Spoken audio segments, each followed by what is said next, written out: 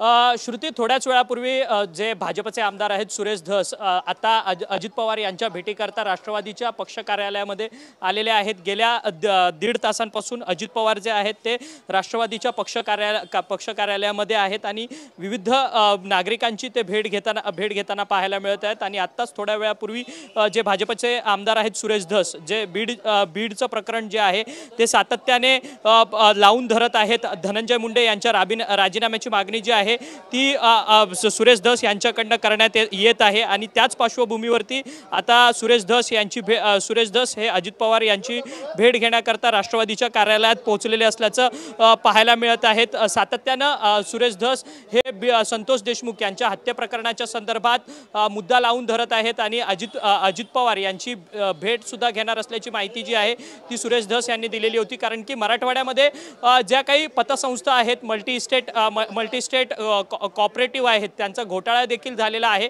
आणि संपूर्ण गैरकारभार या पतसंस्थांमध्ये झालेला होता। लोकांचे पैसे घेऊन पतसंस्थेचे मालक जे आहेत ते पळालेले होते। डबल टिबल रक्कम आमिष दाखवलेलं होतं लोकांना परतावा देण्याच्या संदर्भात, परंतु ज्ञानधारा असेल आणि त्याचसोबतच इतर मल्टीस्टेट कॉपरेटिव्ह घोटाळे जे आहेत ते सुरेश धस यांच्याकडे त्या संदर्भातचे पुरावे आहेत आणि या सगळ्या संदर्भात अजित पवारांनी कारवाई करावी या मागणीकरता सुरेश धस जे आहेत ते अजित पवारांची भेट घेण्याकरता आता या ठिकाणी पोहोचलेले असल्याचं पाहायला मिळतं। या दोन्ही नेत्यांमध्ये धनंजय मुंडे यांच्या राजीनाम्याच्या संदर्भात काही चर्चा होणार आहे का, हे देखील पाहणं तितकंच महत्त्वाचं ठरणार आहे।